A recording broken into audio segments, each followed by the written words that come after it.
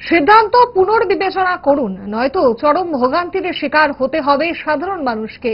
রাজ্যের স্বাস্থ্যমন্ত্রীকে পরামর্শ প্রাক্তন মুখ্যমন্ত্রী মানিক সরকারের।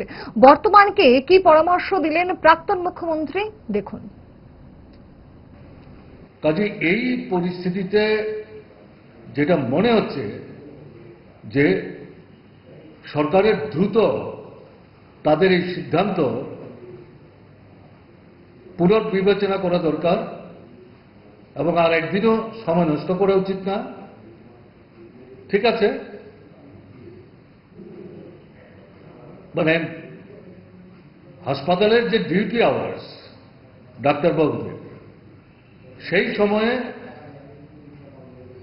নিশ্চয়ই কেউ প্রাইভেট প্র্যাকটিস করবেন, এটা প্রত্যাশিত না। এই সম্পর্কে সরকারের অবস্থান নিয়ে কারোর প্রশ্ন থাকতেও পারে না, কিন্তু ডিউটি আওয়ার্সের বাইরে সিনিয়র এক্সপিরিয়েন্স তাদের এই যে প্র্যাকটিসটা হঠাৎ করে বন্ধ করে দেওয়া হলো, এটা অবশ্যই পুনর্বিবেচনা করা দরকার।